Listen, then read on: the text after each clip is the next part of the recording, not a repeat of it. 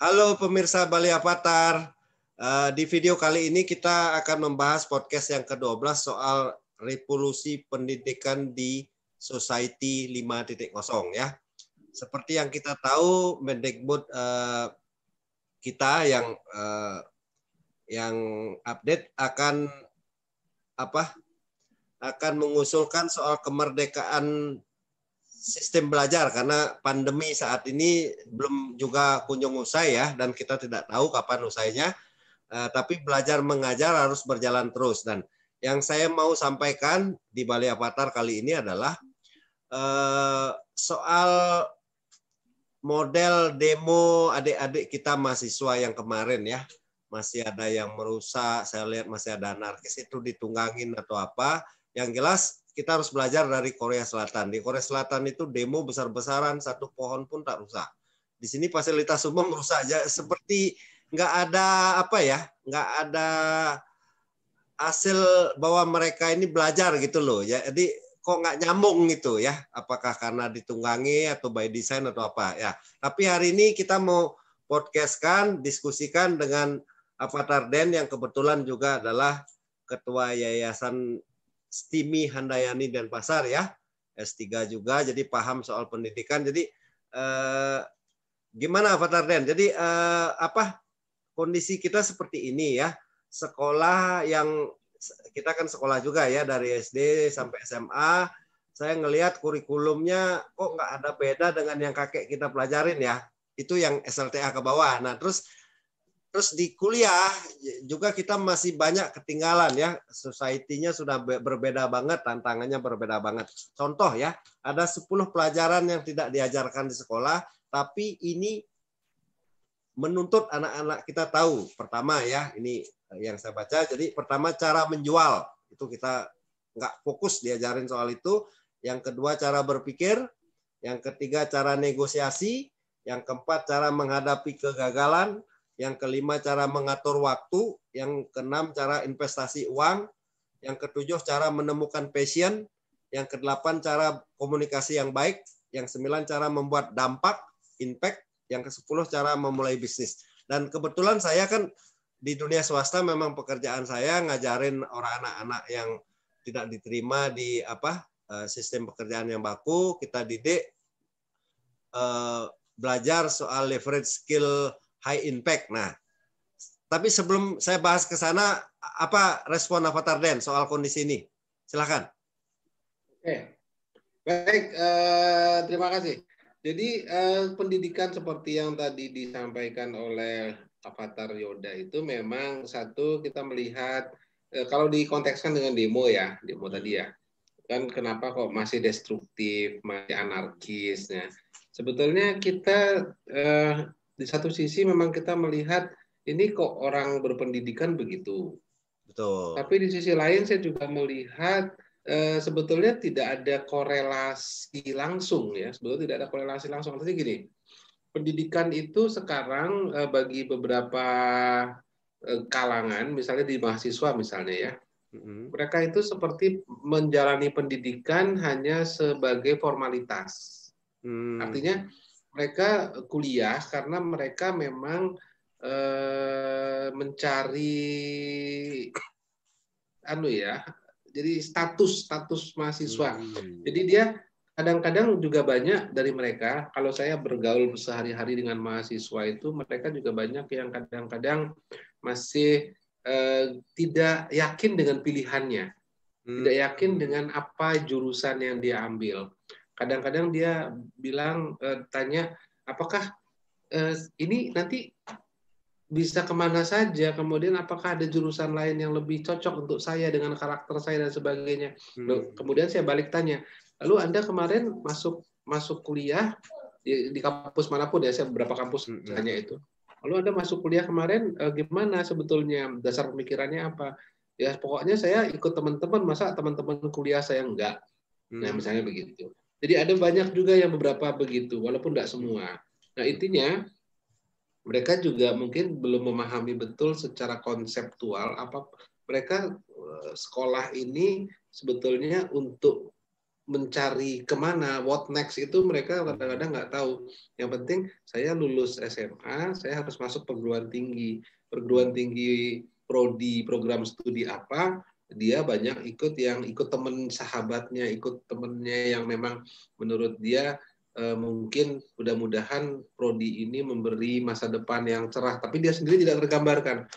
Sehingga dari situ itu tergambar beberapa dari mereka sebetulnya juga ada depresi yang implisit, yang tidak terlalu kelihatan di luar seolah-olah hura-hura, tapi mereka sebetulnya sangat tidak yakin dengan masa depan mereka. Mereka tidak merasa bahwa masa depannya cerah.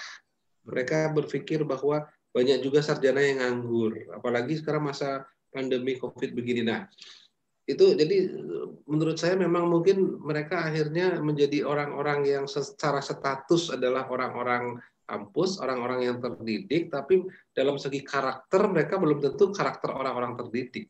Nah, itu yang menyebabkan mereka mudah diprovokasi. Kekecewaan mereka, ketidakpastian mereka, kegelisahan mereka itu ketika ada yang menunggangi itu menjadi nyambung dia. Menjadi nyambung, dan apalagi yang memprovokasi atau yang menunggangi misalnya itu pintar dalam mengartikulasikannya, itu mereka merasa bahwa ini misalnya katakan contoh undang-undang ini akan buat kalian ini menjadi semakin tidak pasti, pokoknya dengan segala orasi, dengan segala argumentasinya, itu tentu orang-orang yang sudah dalam posisi tidak yakin dengan masa depannya itu merasa memang undang-undang ini harus dicabut.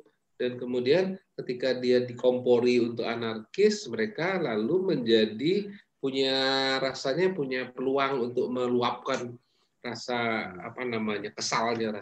Nah, itu saya lihat begitu. Tetapi saya mahasiswa-mahasiswa di Bali yang sempat saya ajak aksi kebangsaan pada beberapa tahun yang lalu, saya sudah bilang sama mereka agar kita tidak mudah untuk menerima begitu saja ajakan demo, tapi harus konseptual. Dan yang jelas tadi seperti dicontohkan tadi itu di luar negeri mereka bisa besar demonya tetapi tidak merusak, berarti mereka betul-betul terinternalisasi nilai-nilai pendidikannya. Dan di kita ini banyak mereka yang hanya pendidikan sebagai sebuah katakanlah pengisi waktu. Tapi mereka tidak yakin. Nah, kalau kita mungkin dulu lain ya, kita milih saya sudah masuk di teknik mesin tapi saya pindah ke fakultas hukum karena saya yakin setelah ini saya akan begini, setelah ini saya akan begini. Nah, kalau anak-anak sekarang banyak yang tidak seperti kita dulu. Mereka tidak tahu, saya nggak tahu nanti mau jadi apa nih, nggak tahu benar nggak prodi yang saya ambil ini, masih nggak terbuka peluang kerja, banyak pesimisme. Nah, yang begini-begini ini yang paling gampang diajak untuk anarkis. Nah, itu bedanya dengan situasi yang dari Korea tadi segala macam, mereka sudah jauh lebih well design ya, well planned gitu. Jadi pendidikan kita agak sekarang misalnya Pak Nadiem Makarim itu mereka kan Pak Nadiem Makarim sebetulnya sudah meluncurkan Merdeka Belajar sebelum COVID. Betul. Jadi memang program dia sebelum COVID sebetulnya. Jadi pada waktu itu dia bilang Merdeka Belajar Kampus Merdeka ini adalah salah satu cara untuk membuat breakthrough, terobosan untuk mengkompensasi kemunduran pendidikan kita selama ini. Dalam segi konsep itu Nadiem Makarim cukup bagus ya. Kami juga bahas dengan rektor-rektor se-Indonesia. Kebetulan saya juga pengurus pusat di Asosiasi Yayasan Indonesia. Kita bahas itu dan kita sebetulnya support itu.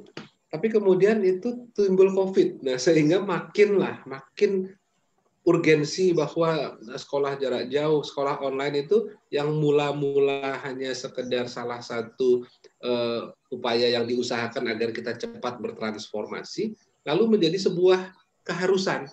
Tidak bisa tidak. Kampusnya dulunya kampus itu kalau mengadakan online itu harus ada izin. Nah, sekarang yang tidak punya izin pun akhirnya kuliah online. Ya. Nah, jadi itu keadaan COVID ini membuat sesuatu yang sebetulnya lebih lambat menjadi harus dilakukan segera dengan keterpaksaan karena kondisi, sehingga kampus-kampus akhirnya sekarang memperkuat diri dengan infrastruktur telekomunikasi untuk kuliah jarak jauh. Itu salah satu bagusnya. Tapi konsep Merdeka Belajar Nadiem Makarim itu intinya begini. dia tidak ingin mahasiswa itu hanya kuliah di kampusnya, di prodinya, tapi dia kemudian tidak siap pakai. Jadi dia boleh mengambil dalam 2 semester terakhir, itu yang salah satunya ya. 2 semester terakhir dia boleh mengambil mata kuliah di program studi lain, bahkan di kampus lain.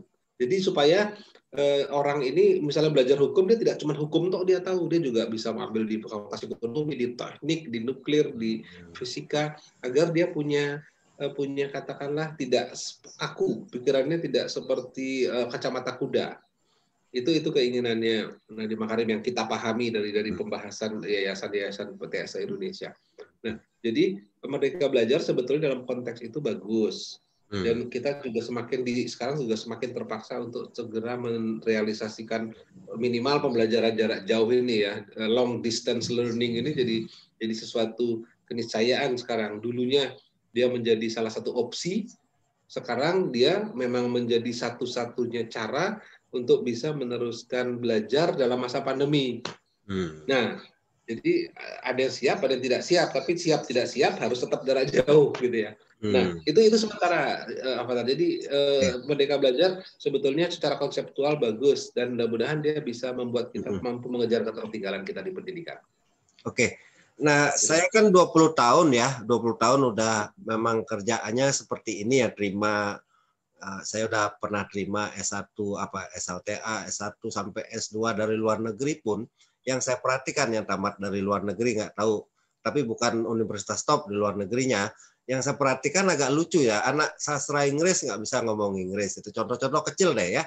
Terus anak kuliah di luar negeri, saya suruh terjemahin sedikit nggak bisa.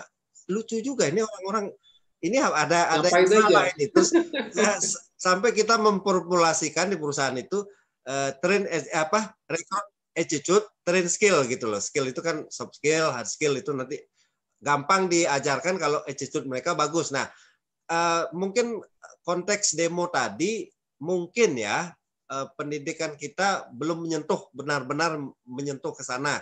Kecuali di sekolah-sekolah mahal ya. Saya kebetulan pernah zaman dulu punya pengalaman kerja di North Jakarta International School, itu saya soal begini lebih care mereka. Jadi mata pelajarannya lebih simpel, lebih dalam gitu. Nah, yang saya mau katakan seperti ini mungkin Den ya. Jadi zaman ini kan society 5.0 ya. Kita sudah siap harus bekerja dengan robot dan kecerdasan buatan ya. Barangkali contoh di Bali deh. Hotel itu sebentar lagi mungkin cek orang check in, check out mungkin sudah pakai robot gitu loh. Suka nggak suka, dunia kerjanya sudah siap begitu. Nah, apakah kampus di Bali sudah siap? Terus yang pertama, mungkin pertanyaan saya ini Dan. Jadi kan kita mau Bali itu bukan hanya jadi pasar ya. Jadi kita juga jadi produsen, mungkin pertanian, perkebunan, perikanan, peternakan, seperti itu sudah mulai nggak? Mungkin ada pembicaraan di teman-teman Kramo di Bali, biar Bali bukan hanya mengandalkan pariwisata. Contoh ini satu pulau gitu. Silakan Dan.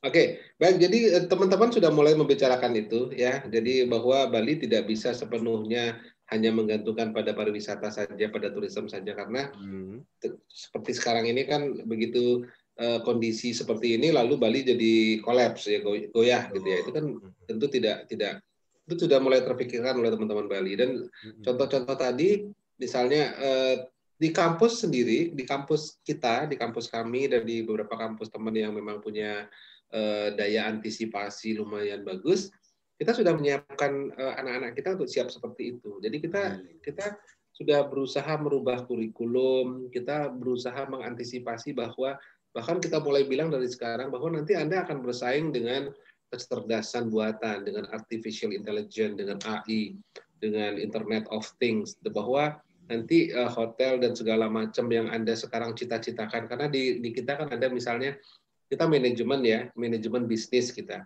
Ada salah satu konsentrasi kita adalah manajemen bisnis pariwisata. Kita juga mulai ajarkan ke mereka bahwa manajemen bisnis pariwisata di masa mendatang, atau bukan mendatangnya jauh, dekat selangkah di depan kita, itu adalah akan meminimais jumlah orang, ya, karena banyak yang bisa digantikan dengan mesin, dengan kecerdasan buatan. Jadi Anda harus menjadi seorang manajer bisnis pariwisata atau owner bisnis pariwisata yang memang harus cocok dengan era itu. Tidak lagi Anda bisa menganut paradigma yang kemarin-kemarin ini, paradigma yang selama setahun terakhir atau 2 tahun terakhir ini pun mungkin akan sudah out of date ya ketika COVID ini selesai, itu sudah dimulai itu semua sudah dimulai era baru, sudah di restart, tetapi AI tetap malah makin berkembang. Nah, jadi kampus di kita sudah mempersiapkan itu.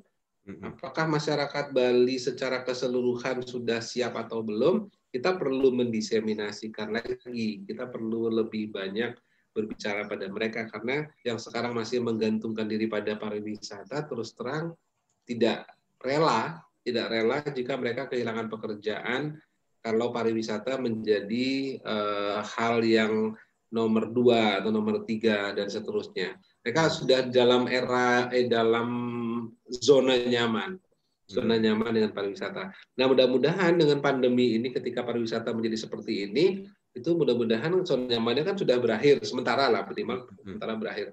Mudah-mudahan mereka bisa berpikir secara lebih kritis bahwa dia harus mulai mencari bidang lain selain itu. Kalau saya lihat itu sudah mulai di Bali. Mudah-mudahan ini menjadi awal yang baik untuk terus kita mendesain sebuah Bali yang lebih tidak tergantung sepenuhnya hanya turisme saja, tapi bisa diversifikasi. Itu yang saya lihat, Avatar. Oke. Ya, karena durasi kita sebelum sudahin, jadi ada sedikit yang saya mau tanya lagi, dan jadi ini kan sebentar lagi mesin pencari semacam Google itu sudah pasti pakai kecerdasan buatan ya. Nanti belajar hard skill itu udah nggak perlu lagi di sekolah. Mungkin something ada aplikasi yang bisa lain. Di mana saja. Jadi platformnya sudah.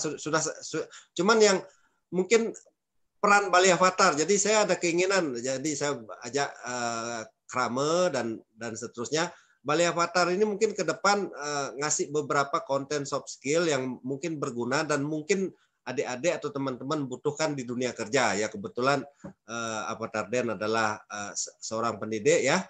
Saya juga sehari-hari memang pekerjaannya seperti itu. Jadi mungkin kita di tahapan-tahapan berikutnya di podcast yang lain kita akan banyak memberikan tips dan seterusnya soal soft skill. Nah, jangan lupa dukung kami ya, share, like, komen, subscribe. Nah, apa Pak Tarden yang mau sampaikan soal kecenderungan yang hard skill dan soft skill yang saya sampaikan tadi?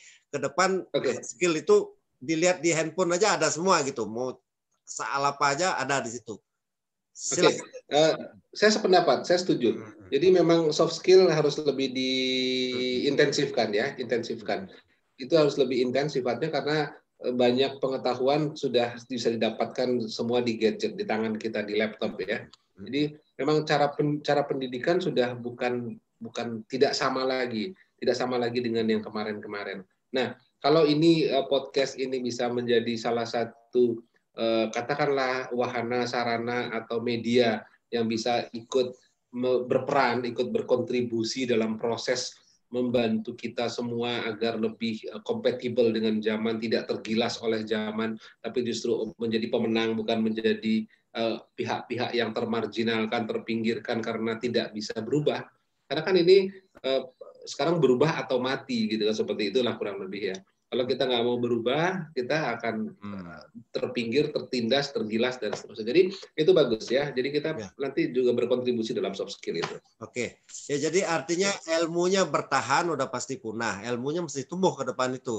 Nah ini juga saya ada tulis di komunitas Facebook itu ya, bahwa bukan kita aja yang pintar, bukan kita aja yang belajar. Orang di seluruh dunia sekarang berlomba-lomba belajar. Jadi Society 5.0 itu versus kolonialisasi 5.0. Sudah sampai seperti itu ceritanya. Nah, nanti di podcast yang berikutnya kita coba bahas ya. Jadi apa Tarden ada yang mau? Kalau sudah cukup kita sudahin. Mungkin sudah next. Cukup. Ya. Jadi kira-kira demikian podcast kita kali ini soal sedikit revolusi pendidikan yang harus kita lakukan, terutama untuk di Bali ya. bukan hanya fokus ke pariwisata, juga ada fokus yang lain. Jadi kalau kejadian lagi seperti ini dengan waktu yang lebih lama, kita sudah siap secara baik secara ekonomi maupun apa. Jadi kita sudah semacam punya dana yang cukup untuk handle ini semua ya. Barangkali begitu ya. Suksma, terima kasih. Jangan lupa subscribe ya. Suksma.